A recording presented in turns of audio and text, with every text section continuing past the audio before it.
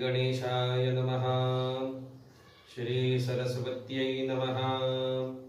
श्री गुरुभ्यो नमः। श्री सीतारामचंद्राभ्यां नमः। श्री विठ्ठल रुक्मिणीभ्यां नमः। राधा सहित श्री कृष्णाय नमः। श्री पुरुषोत्तमाय नमः। ओम वक्रतुंड महाकाय सूर्यकोटि समप्रभ निर्विघ्नं कुरु मे देव सर्वकार्येषु सर्वदा। गुरुर्ब्रह्मा गुरुर्विष्णु गुरुर्देवो महेश्वरः। गुरुः साक्षात् परब्रह्म तस्मै श्री गुरवे नमः।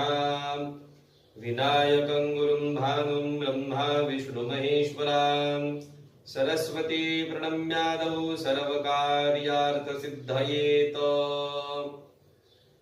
शान्ताकारं भुजगशयनं पद्मनाभं सुरेशं विश्वाधारं गगनसदृशं मेघवर्णं शुभांगं लक्ष्मीकान्तं कमलनयनं योगिभिर्ध्यानगम्यं वन्दे विष्णुं भवभयहरं सर्वलोकैकनाथम्।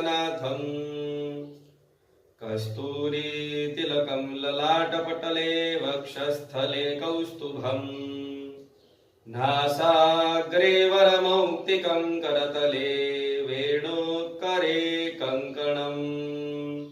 सर्वाङ्गे हरिचन्दनं सुललितं कण्ठे च मुक्तावली। गोपस्त्री परिवेष्टितो विजयति गोपालचूडामणि। वंशी विभूषितकरानवनीरदाभात् पीताम्बरादरुणबिम्बफलाधरोष्ठात् पूर्णेन्दुसुन्दरमुखादरबिन्दुनेत्रात् कृष्णात् परं किमपि तत्त्वमहं न जाने। वसुदेवसुतं देवं कंसचाणूरमर्दनं देवकी परमानन्दं कृष्णं वन्दे जगद्गुरुं। मूकं करोति वाचालं पङ्गुं लङ्घयते गिरिं यत्कृपातमहं वन्दे परमानन्दमाधवम्। कृष्णाय वासुदेवाय हरये परमात्मने प्रणतः क्लेशनाशाय गोविन्दाय नमो नमः। श्री पुरुषोत्तमाय नमः। श्री पुरुषोत्तमाय नमः। श्री पुरुषोत्तमाय नमः।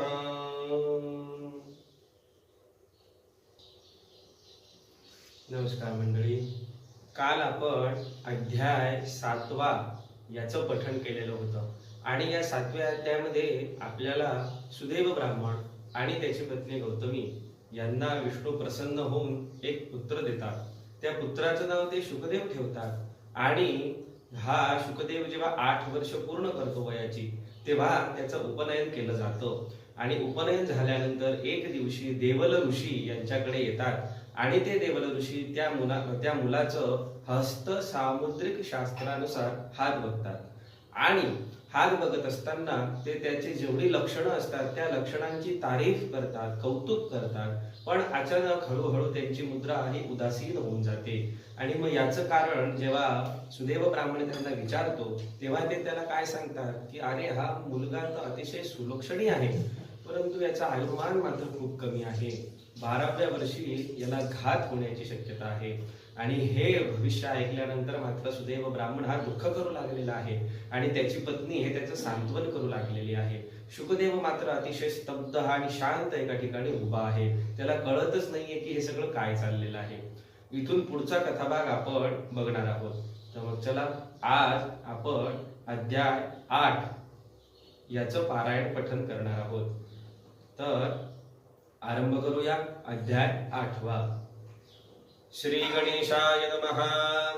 सप्तमाध्यायाची येयंती सुदेव पत्नी गौतमी सती शोकग्रस्त सुदेवा प्रती बोध करीती जाहली पुढे काय वर्तले कौतुक ते वर्णितो ऐकास कळिक आदि कवी मुनी वाल्मिक दृढधन्व्यासी सांगती राजेश्वर ते सुधे समान गौतमीचे ऐकुनी वचन सुदेव पावला समाधान शोक संपूर्ण टाकिला धैर्य धरून उठला त्वरित श्री हरिवरी ठेविले चित्त अवश्य भावी ते समस्त तैसेची खचित होईल पै होणारे ते न चुके काही ऐसा निश्चय केला हृदयी मग पूर्ववत कार्य सर्वही सदार करू लागला ऐसे लोटता काही दिन एकदा तो सुदेव ब्राह्मण समित कुशातिया हरणा लागून वनासी जाता जाहला तेच दिनी तयाचा नंदन जलक्रीडार्थ गेला आपण सवे घेतले वयस्य गण वापिके माझी प्रवेशला ग्रीष्मकाळीचा उष्मा अति परमानंदे क्रीडा करीती परस्परांच्या अंगावरती जळ उडविती एकसरे एकमेकांचे हस्त धरुनी मज्जन करीती तये जीवनी मत्स्य मगराम परिपोहणी प्रतिक्षणी घालीत एक पुढे पोहत पळत दुजे तया धरू धावत तव तिचे बुडोन अकस्मात पुढच्यास खाली होडावे वारंवार येऊन तीरासी लोटून यावे एकमेकांशी मी म्हणून कुदत त्वरेसी अंत घेऊन वर येत पुन्हा पुन्हा जळी बुडोन परस्परा काढिती शोधून अगाध नीरी स्थिर राहून एकमेका मरदित मार चुकावाया बुडोनी पळती एक तळी जाऊ निलपती एक तिरासी अवलंबिती आनंद चित्ती न समाये ऐसे क्रीडती मिळोनी मित्र प्रारब्ध ओढवेले विचित्र सुदैव द्विजाचा तो पुत्र शिथिल गात्र जाहला मित्र वर्गाचे भये तत्क्षण तया वंचुनी पळावे म्हणून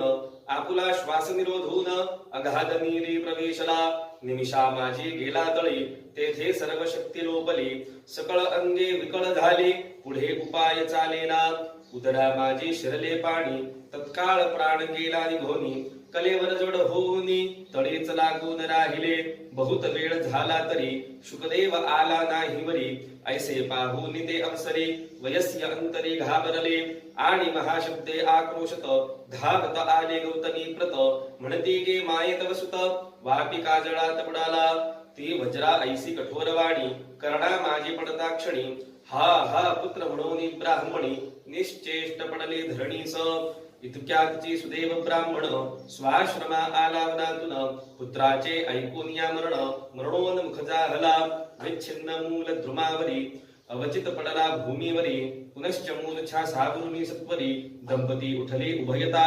पुत्रा हाक फोडित धावत गेली वापिके प्रत तव पुत्राचे फुगोनी प्रेत तरंग तवर आले तयासी लागवेगे काढुनी आलिंगिले घट्ट धरोनी नंतर स्वांकावरी घेऊनी मुख चुंबित पुन्हा पुन्हा हस्ते कुरवाळीत वदन वारंवार पाहती न्याहाळून रडता रडता कंठ दाटून सुदेव वचन बोलत म्हणे गा वत्सा तान्हया बाळा सत्वर उठ उठ वेल्हाळा मजशी बोलनी शुभ बोला दुःख दिरसी सकळिक नेत्र उघडोनिया मज पाही मना लागी आनंद देई तुझ विण आम्ही उभयताही परदेशी आता जाहलो आम्हा वृद्धांशी टाकून जाणे योग्य नव्हे तुझ कारणे तुझ वाचून आमचे जणे व्यर्थ जाण गुणवंता बाहे तुझे मित्र समस्त पाचारिती अभ्यासार्थ उपाध्याय ही अध्यापनार्थ हा कमारितो पाहे हा तू सर्व गुण निधान बाळ आता व्यर्थ न दवडी काळ निजून झाले वाढवेळ उठ उठ सत्वरी तुझ टाकून मी जात नाही आम्हा गृहाचे प्रयोजन काही तुझ विण आता गृह सर्वही शून्य वनापरी झाले मुनीही मी न करी गमन तयाचे काय प्रयोजन तुझ विण आता आम्हा लागून प्रिय नाही काहीच आजपर्यंत माकदाही निंद्य कर्म नाचरिले काही ब्रह्म हत्या महापापही केले नसे साचार ऐसे असता माझा नंदन आज का हा पावला निधन कोणत्या कर्म विपाकाचे न दुःख दारुण पातले अहो विधात्या हे काय केले मृत पुत्र धन कोठे नेले याने तुझला मोठे चांगले फळ मिळाले काय सांग अरे मी वृद्ध अतिदीन माझा एकुलता एकची नयन तो हितवा बळेची आकर्षून नाहीसा केला निर्दया आम्ही दंपती अति निर्धन आमचा बाळ तोची एक धन तया हरिता तुझ लागून लज्जा कैसी वाटेना तू सर्वत्र असोनी सदय मज वर का झालासी निर्दय विपरीत माझे भाग ध्येय म्हणून ऐसा व्रतसी की आता माझे बाळा लागून शोधित हिंदू कोठे म्हणून तान्ह्या तुझे चारु लोचन वदन कोठे दिसेल रे पर्जन्यापासून झळ मिळते भूमी प्रसवते धान्याते पर्वत नाना रत्न जाती ते सागरी मोती सापडते परी मृतपुत्र मिळेल जेथ ऐसे स्थान नाहीच दिसत पुत्रावाणी दुर्लभ वस्त ब्रह्मांडी नसे काहीही ज्याचे शरीर आलिंगून हृदगत ताप जाईल पूर्ण तये माझे बाळाचे बदन मजला कोठे दिसेल भावत्सात अन्हया दया करी एक वार काही बोल सत्वरी हे तव माता कुररी परी अति विलाप करीतसे ये सिपाहुनी विल्हाळा दया येईना कैसी तुझला न कथिता माता पित्याला कधीही कोठे तो गेलासी आजी तू आम्हा पुसिल्या विण कोठे केलेसी दीर्घ प्रयाण आता मधुर वेदाध्ययन श्रवण करू कोणाचे वत्सा मी निष्ठुर दारुण तुझ लागी स्मरत असून माझे हृदय कठीण म्हणून फुटून प्राण जाईना धन्य धन्य तो दशरथ राव वनासी जाता श्रीधर राव जेणे आपुले त्यागुनी वैभव प्राणही तत्काळ सोडिला तयाचे किती धन्यपण धिक्कार असो मज लागून प्रत्यक्ष पाहुनी सुताचे मरण जो मी अद्यापि वाचलो मी दुर्भागी हीन केवळ मज भाजितो शोकानळ आता किती करू तळमळ सर्वांना विकळ जाहले हे देवदेवा अनाथनाथा दीनानुकंपी धर्माकांता वैकुंठेशा तुझ विण आता नाहीच त्राता कोणीही तरी धावगा श्री हरी मज दीना ते रक्षी सत्वरी पुत्र शोकानळ अंतरे मज निर्धारी जळित आहे मज समान ह्या त्रिभुवनी शठ होणार नाहीच कोणी भगवद वाक्याते उल्लंघुनी पुत्री दुराशा धरिलिन्या हे मी अनुचित केले पहिले अदृष्टी जे नसे लिहिले तदर्थ इच्छा करिता बळे कोणासी ते लाभेल एवं मृती तो विप्रभूत विलाप करी पत्नी सहित तव नभागाजी अकस्मात अकाल जलद पातला झाकोळला चंड किरण गर्जना होय अतिदारुण चपळा पडत कळकळोन दिगंतरे कोंदाटली खरस्पर्श सुटला वात पर्वत हितेने कापत महावृक्ष उन्मळून पडत जीव समस्त घाबरले एक महिना पर्यंत जाण बलाहक वर्षला दारुण धरित्री मंडळ संपूर्ण जळ परिपूर्ण झाले ऐसा पर्जन्य पडला सतत परी सुदेवासी नाही विदित पुत्र शोकानळे अत्यंत तापो निभ्रमिष्ट जाहला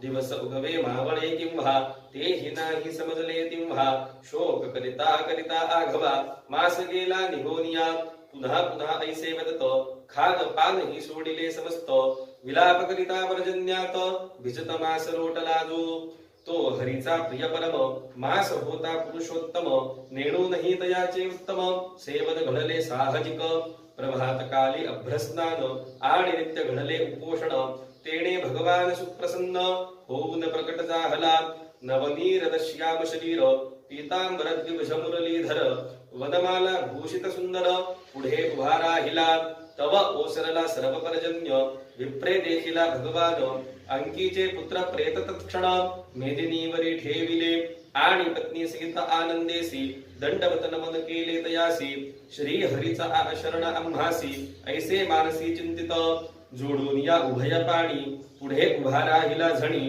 भगवान कैवल्यदानी तया लागुनी बोलत सुदेवा तू भाग्यवान आणि धन्य धन्य आहेसी जाण तव भाग्याचे कराया वर्णन त्रैलोकी कोण समर्थ वत्सा आता तुझ लागून भविष्य सांगतो करी श्रवण 12 सहस्र वर्षे पूर्ण हा तव पुत्र वाचेल इत पर तुझला सतत पुत्र सुख होईल खचित प्रसन्न होऊन निम्या सांप्रत तुझ हा सुत निधरासे तव पुत्र सुख विलोकून सस्पृह होतील देवादिजन हट प्राप्त पुत्रापासून सुख नवे हे खरेचे परिस्वये वैनते याने हा सुख दिला तुझ कारणे म्हणून तू पुत्रवानपणे सर्व प्रसिद्ध होशील आणि मी होऊनी प्रसन्न सुचिर स्थापिला तव नंदन आता द्विजा हा तुझ लागून सदा सुगद होईल ह्या तव पुत्रासह सतत गार्हस्थ्य सुख भोगून येथ अंती स्वये ब्रह्मलोकाप्रत अनायासे पावोनिया दिव्य सहस्र वर्षे तेथे भोगोनी तत्रस्थ भोगाते पुनश्च ह्या भूतळे निरुते मनुष्य जन्माते येशील दृढधन्वा नामे विख्यात जगती राजा होशील चक्रवर्ती बलवाहन धन संपत्ती अपार तेथे वाढेल इंद्रपदाहूनही अधिक ऐश्वर्य वाढेल सकळिक अयुत वर्षे पर्यंत सुरेख राज्यसुख भोगशील हीच गौतमी तव पत्नी तेथे ही होईल तुझी राणी गुणसुंदरी नामे भुवनी महासती प्रसिद्ध राजनीती माझी निपुण ऐसे होतील चार नंदन तैसेची एक कन्यारत्न सुशील सुंदर होईल सुरासुरासी दुर्लभ अति ऐसे भोग भोगोनी निरुती कृताकृत्यनी असे जगती ऐसे चित्ती मानशील संसारीचे विषय दारुण तया माझी होनी निमग्न भवतारक हरीचे स्मरण तुझ नाहीसे होईल तेव्हा तुझा हा शुकदेव सुत कीर होऊन यावना तुझा हा शुकदेव सुत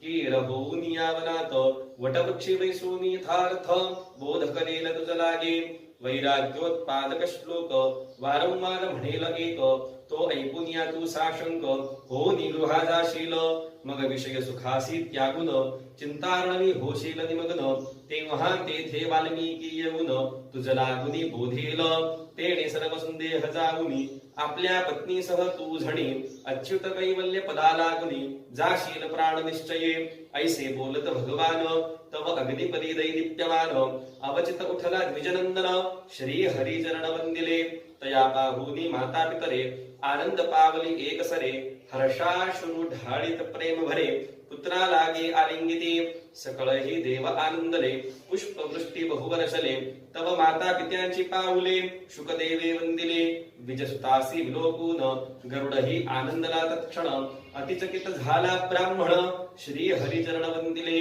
आणि जोडून या करदवयासी सुदेव म्हणेगा ऋषिकेशी मम हृदयस्थ संशयासी दूर करी सत्वर 4 सहस्र वर्षे सतत मी दुष्कर तपिले बहुत तै तू प्रत्यक्ष येऊनी तेथ निष्ठुर वचन कथिले जे की वत्सा तुझ प्रारब्धी पाही पुत्र सुख नाहीच कदाही ते तव वाक्य सर्वथाही अन्यथा कैसे जाहले आणि हा माझा मृतनंदन कैसा उठला जिवंत होऊन याचे असे काय कारण ते मज लागूनी सांग देवा एवं सुदेवे श्री हरीसी प्रश्निले बहुविनयेसी ऐसे वाल्मीकी दृढ धन्यासी कथन करिता जाहला श्री अधिकमास माहात्म्य सार बृहन्नारदीय पद्माधार सज्जन श्रुते ऐकोत चतुर अष्टमाध्याय गूढः श्री कृष्णार्पणमस्तु।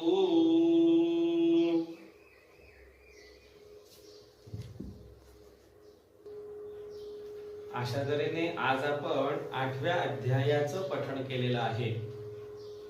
आता या 8व्या अध्यायामध्ये आपल्याला काय कथा श्रवण करायला मिळाली हे आपण बघणार आहोत।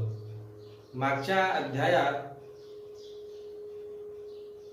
गौतमी म्हणजे सुदेव ब्राह्मणाची पत्नी त्याची समजूत काढत होती आणि तिथून पुढचा कथाभाग आता आपण बघणार आहोत। वाल्मिकी ऋषी दृढधन्वा राजाला त्याचं पूर्व कथन सांगतायत, बरोबर।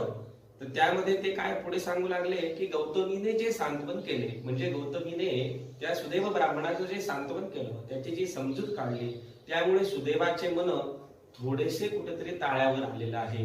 म्हणजे त्याला आता थोडी तरी हे मन असं शांत झालेलं आहे की नाही आता जे होणार आहे ते तो होणारच आहे, त्याला आपल्याला तोंड द्यावं लागणारच आहे। जे अटळ आहे त्याला तर तोंड दिलेच पाहिजे असा विचार करून सुदेव हरिचिंतन करू लागला आणि शुकदेवाचं उत्तम पालन पोषण करत काळ घालवू लागलेला आहे। काही महिने गेले, आता शुकदेव हा 12 वर्षाचा होत आलेला आहे। एकदा काय झालंय, सकाळी सकाळी हे सगळे 3 जण उठले, सुदेवाने स्नान वगैरे केले आणि तो दर्भ आणि समिधा घेण्यासाठी अरण्यात गेलेला आहे। तो जेव्हा तिकडे गेला तेव्हा उन्हाळ्याचे दिवस होते आणि शुकदेवाने काय केलं, त्या बाबा गेले आता आणि आईचं काम चाललेलं आहे, मग आपण काय करायचं बा। मग त्याने लगेच काय केलं, आपल्या मित्रांना आवाज दिले, अरे इकडे रे इकडे, असं करून ते सगळे आता एकत्र आलेले आहेत आणि विहिरीमध्ये उड्या मारायचं, विहिरीमध्ये पोहायचे, असे खेळ, नाना तऱ्हेचे खेळ ते खेळू लागलेले आहे। मग एकदा त्यांनी एका विशाल विहिरीमध्ये उडी मारलेली आहे आणि तिथे ते एकमेकांना पकडावं असं खेळ खेळू लागलेले. म्हणजे विहिरीत पोहायचं, पोहता पोहता एकमेकांना पकडायचं, असे ते लहान मुलांचे खेळ असतात. अशा तऱ्हेचे ते खेळ खेळू लागलेले आहे. आणि हा पकडापकडीचा खेळ खेळताना कोणी मुलगा काय करायचा, आता जो वरती जो पोहतोय ना त्याच्या खालून पाण्यातून खाली जायचं आणि खालून जाऊन त्याचे पाय धरायचे आणि त्याला खाली ओढायचं. आणि मग हा वरचा काय करायचा, हा तिथून सुटण्याचा प्रयत्न करायचा आणि सुटून पुन्हा बाहेर जायचं. असे ते लहान मुलांचे वेडे वाकडे खेळ ते मुलं खेळत होते. आणि असं करता करता काय झालं की शुकदेव पोहता पोहता खाली गेलेला आहे. आणि जसा तो खाली गेला तशी त्याला अचानक त्याची जी अवयव होती ती शिथिल होऊ लागलेली आहे. म्हणजे आता काळ आलेला आहे आणि मग तो पाण्यातून हळूहळू खालीच जाऊ लागलेला आहे. त्या चिखलामध्ये गाळामध्ये तो फसतच गेलेला आहे. आणि तिथे फसल्यामुळे काय झालं, पोटात आणि फुफ्फुसात पाणी शिरलेलं आहे आणि त्याच्यामुळे तो तिथेच गतप्राण झालेला आहे. त्याचा तिथे मृत्यू झालेला आहे. बराच काळ झाला शुकदेव काय वरती येत नाही हे बघून मित्रांना देखील आता आश्चर्य वाटू लागलेलं आहे. आणि त्यांनी काय केलं, जेवढं त्यांना शोधाशोध करता येते तेवढी शोधाशोध त्यांनी केली आणि लगेचच ती वरती आली, विहिरीतून बाहेर पडली आणि त्या गौतमीकडे पळू लागलेली आहे. गौतमी जवळ गेल्यानंतर ती तिथे मोठमोठ्याने ओरडू लागलेली आहे, अहो आई, अहो आई, इकडे या, तुमचा मुलगा पाण्यात पडला. अशा तऱ्हेचे ते तिला आवाज देऊ लागलेले आहे. आणि हे जेव्हा गौतमीला समजलं की अरे आपला मुलगा पाण्यात पडलेला आहे आणि तो बुडालेला आहे, हे ऐकून तर तिला मूर्छा आलेली आहे. ती तिथे बेशुद्ध पडलेली आहे. आणि तेवढ्यातच काय झालं की हा जो सुदैव होता हा सविधा आणि दर्भ घेऊन परत आलेला आहे. जेव्हा तो घरात परत आला तेव्हा त्याने ते सगळं वातावरण बघितलं की अरे ते मुलं ओरडत आलेले, ही बेशुद्ध पडलेली आणि घरात नुसती रडरड चाललेली आहे, शुकदेव तर कुठे दिसतच नाहीये आणि तो पाण्यात बुडालाय ही बातमी जेव्हा त्याला कळाली तेव्हा त्याला अतिशय दुःख झालेलं आहे, अनावर दुःख झालेलं आहे आणि तो देखील तिथे बेशुद्ध पडलेला आहे. जरा वेळाने जेव्हा ते दोघे जण शुद्धीवर आलेले आहे तेव्हा पती पत्नी दोघेही विहिरीकडे लगेच पळत गेले. आणि जेव्हा ते विहिरीकडे पोहोचले तेव्हा त्यांनी विहिरीमध्ये काय बघितलं तर शुकदेवाचं शरीर, त्या शरीरामध्ये पाणी वगैरे गेल्याने ते हलकं झालेलं होतं. प्राण निघून गेल्यानंतर शरीर हलकं होऊन जातं आणि ते पाण्यामध्ये मग बुडत नाही तर पाण्यावर तरंगत असतं. आणि म्हणून या शुकदेवाचं शरीर त्या पाण्यावरती येऊन असं तरंगू लागलेलं आहे. जेव्हा त्यांनी हे सगळं बघितलं तेव्हा बाकीची मंडळी आली. त्या बाकीच्या मंडळींनी विहिरीत उडून ते शुकदेवाचं शरीर बाहेर काढलेलं आहे आणि या सुदैव ब्राह्मणाच्या मांडीत दिलेलं आहे. मग सुदैव त्याला मांडीवरती घेऊन, त्याचं शिर आपल्या मांडीवरती घेऊन मोठमोठ्याने रडू लागलेला आहे, खूप मोठ्याने आक्रोश करू लागलेला आहे.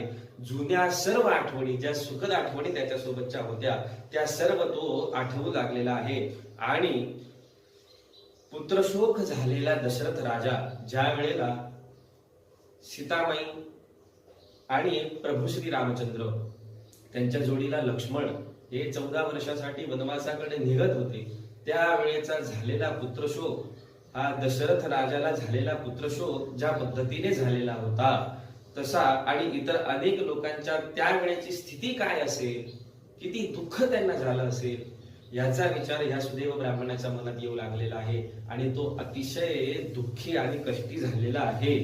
त्याने विष्णूच्या आर्ततेने धावा करायला सुरुवात केलेली आहे की हे देवा, तू हे काय केलं, एवढं चांगला मुलगा माझ्या पदरी दिला होता आणि तो इतक्या लवकर तू का हिरावून घेतला, असा नाना तऱ्हेने तो त्या विष्णूकडे धावा करू लागलेला आहे. तेवढ्यात काय आश्चर्य झालेलं आहे, अचानक भयंकर बोचरी हवा वाहू लागलेली आहे. त्याच्यानंतर काळे कुट्ट ढग चारही बाजूने आकाशामध्ये येऊ लागलेले आहे. आकाश मध्यावर आल्यानंतर अतिशय जोराचा पाऊस पडू लागलेला आहे. आणि हा पाऊस पडत असताना आपण पावसात भिजतो आहोत, आपल्याकडे शुकदेवाचं मृत शरीर आहे, मृतदेह आहे, तो देखील पाण्यात भिजतोय, याचं देखील भान त्या सुदैवाला राहिलेलं नाहीये. आणि तो पाऊस तसाच महिनाभर पडत राहिलेला आहे आणि हा सुदैव ब्राह्मण देखील तसाच महिनाभर बसून राहिलेला आहे.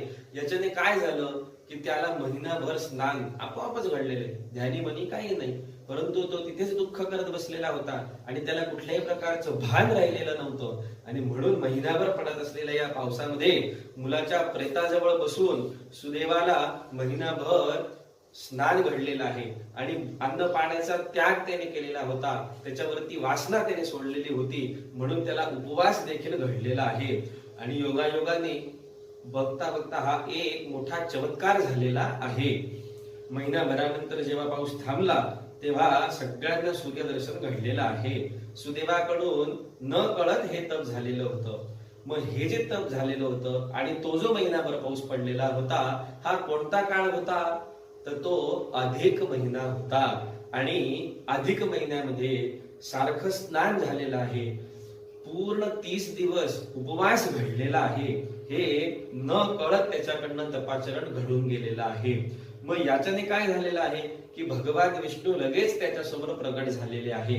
का तर ही भगवान महाविष्णूची श्रीकृष्णाची सेवा त्याच्या हातून न कळत का होईना पण घडलेली आहे. त्यामुळे भगवान विष्णू त्याच्या समोर प्रगट झालेले आहे. आणि त्या चतुर्भुज महाविष्णूंचे दर्शन जेव्हा या सुदेव ब्राह्मणाला झाले तेव्हा त्या सुदेवाचे सर्व श्रम, ग्लानी, थकवा हा सगळा नाहीसा झालेला आहे. आणि मग त्या सुदेवाने महाविष्णूंना नमस्कार केला आणि विष्णूंना म्हणालाय की हे प्रभू, तू मला हा जो सुलक्षणी पुत्र दिलेला होता त्याचं लगेच तू हरण का बरं करून घेतलं? माझ्यावरती कृपा करा आणि माझा मुलगा मला परत मिळू द्या. अशा तऱ्हेची त्याने भगवान महाविष्णूंना प्रार्थना केलेली आहे. आणि मग भगवान महाविष्णू त्या सुदेवाला काय म्हटलेले आहे की हा तुझा पुत्र मी पुन्हा जिवंत करणार आहे. याला जवळजवळ 12,000 वर्षाचं आरोग्य, आयुष्य त्याला प्राप्त होणार आहे. त्याचे दर्शन आपल्याला घडावे म्हणून देव देखील प्रार्थना करत राहतील, देव देखील आशा धरतील. गरुडाच्या आशीर्वादाने प्राप्त झालेला हा तुझा मुलगा म्हणजे शुकदेव तुला नित्य सुखच देणार आहे. तू या गृहस्थाश्रमाचं सुख दीर्घकाळ भोगणार आहे आणि मग ब्रह्मदेवाच्या लोकात जाऊन निवास करणार आहे. तेथून जेव्हा तुझा पुढचा जन्म होणार आहे म्हणजे तू पृथ्वीवरती पुन्हा जन्म घेणार आहे, तेव्हा तू दृढधन्वा नावाचा आणि राजा होणार आहे. मग तेव्हा तुझी ही जी आता पत्नी आहे गौतमी, ही तेव्हा देखील तुझीच पत्नी होणार आहे आणि तिचं नाव गुणसुंदरी असं असणार आहे. शुकदेव हा पोपट म्हणून येणार आहे. त्यावेळेला दुसऱ्या जन्मामध्ये जेव्हा तू अरण्यात जाशील, शिकार करशील आणि थकशील, भागशील, ती जी कथा आपण श्रवण केली ती घडल्यानंतर तिथे हाच शुकदेव तो पोपट म्हणून तिथे येणार आहे आणि ऐहिक सुखभोग भोगणाऱ्या तुला हा सावध करणार आहे आणि परमार्थ मार्गाचा अवलंब कर अशी प्रेरणा तुला देणार आहे. तू याच्याने साशंकित होणार आहे, तुझ्या मनामध्ये शंका येणार आहे की अरे हे सगळं कसं काय झालं व हा पोपट कोण होता आणि तो मनुष्यवाणीने माझ्याशी काय बोलला, अशा तुझ्या मनामध्ये नाना प्रकारच्या शंका उत्पन्न होणार आहे. आणि त्या शंका वाल्मिकी ऋषी जेव्हा तुझ्याकडे येतील तेव्हा तुला ते सर्व समजावून तुझ्या शंका दूर करणार आहे. त्यावेळी सुदेवाचा पुत्र लगेच जिवंत झालेला आहे आणि सर्वत्र आनंदी आनंद ते झालेला आहे. मग ते तिघेही म्हणजे सुदेव ब्राह्मण, त्याची पत्नी गौतमी आणि हा त्यांचा मुलगा शुकदेव हे तिघेही विष्णूच्या चरणी लागलेले आहे आणि त्यांनी नाना प्रकारे स्तुती केलेली आहे. पुष्कळ तप केलं तरी नशिबात पुत्र नव्हता म्हणून विष्णूने त्याला सांगितलं आहे की हा पुत्र तुला गरुडाच्या वरदानाने झालेला आहे. तो 12व्या वर्षापर्यंत जगणार आणि 12व्या वर्षी मरणार हे सत्य होतं आणि ते घडलं देखील. पण केवळ अधिक मासामध्ये महिनाभर स्नान, न कळत का होईना पण महिनाभर स्नान आणि महिनाभर उपोषण झालेलं आहे. त्यामुळे तुला अतिशय पुण्य प्राप्त झालेलं आहे आणि त्या पुण्याविषयामुळे हा तुझा मुलगा पुन्हा जिवंत झालेला आहे. या सर्व घटना ज्या वाल्मिकी ऋषी दृढधन्वा राजाला सांगत होते त्यामुळे दृढधन्वाचं काय झालेलं आहे, मनात अतिशय गोंधळ उडालेला आहे. संपूर्ण मन त्याचं गोंधळून गेलेलं आहे. मग याचं स्पष्टीकरण काय आहे, कार्यकारण भाव काय आहे, असे नाना तऱ्हेचे पुन्हा प्रश्न त्याच्या मनात पडू लागलेले आहे. आणि मग सुदेव ब्राह्मणाची कथा इथपर्यंतची जी कथा होती ते वाल्मिकी ऋषी त्या दृढधन्वा राजाला सांगत होते आणि सांगता सांगता ते तिथेच थांबलेले आहे. अशा तऱ्हेचा हा कथाभाग आपण या 8व्या अध्यायामध्ये बघितलेला आहे. तर आजच्या दिवसाचं व्रत विशेष काय आहे किंवा दान विशेष काय आहे हे आपण जाणून घेणार आहोत. मग आजचं व्रत विशेष असं आहे की महिनाभर आपण एक नियम करावा. कोणता नियम करावा? की रोज फक्त संध्याकाळी सूर्यास्ताच्या पहिले आपण भोजन करावं. बरोबर? आपण काय बघतोय की रोज संध्याकाळी सूर्यास्तापूर्वी आपण भोजन करावं आणि ते दिवसातून एकदाच असावं. म्हणजे दुपारी आपल्याला भोजन करायचं नाही. असं कमीत कमी महिनाभर आपण करावं. ज्यांना शक्य नाही अशा मंडळींनी 1 दिवस, 3 दिवस, 5 दिवस, जेवढं त्यांना जसं शक्य होईल तेवढं फक्त श्रद्धा भक्तियुक्त अंतःकरणापासून म्हणजे मनापासून आपण करायचं आहे. आणि याचं जेव्हा आपण उद्यापन करू त्यावेळेला एका जोडप्याला आपण बोलवायचं आहे. त्या जोडप्याचे पाय आपण धुवायचे आहे, त्यांची पाद्यपूजा आपण करायची आहे, त्यांचं यथोचित पूजन आपण करायचं आहे, त्यांचा सत्कार करायचा आहे, त्यांना यथेच्छ भोजन दान द्यायचं आहे आणि भोजन दान दिल्यानंतर त्यांना वस्त्र वगैरे देऊन दान दक्षिणा देऊन त्यांच्याकडे आशीर्वाद प्राप्त करून घ्यायचे आहे. अशा तऱ्हेने त्यांची सेवा करायची आहे आणि मग आपलं हे जे व्रत आहे याची पूर्ती होणार आहे. याच्याने आपली जेवढी पाप झालेली असतील त्या सर्वांचं शमन होऊन जाणार आहे. ते पापहर्ता महाविष्णू हे सर्व नष्ट करून तुमचे पाप नष्ट करून टाकणार आहे आणि उत्तम तऱ्हेचं पुण्य आपल्या पदरी पडणार आहे आणि सर्व प्रकारचं कल्याण आपल्याला साध्य करून घेता येणार आहे. अशा तऱ्हेने आजचा आपण व्रत विशेष बघितलेला आहे आणि दान विशेष बघितलेला आहे.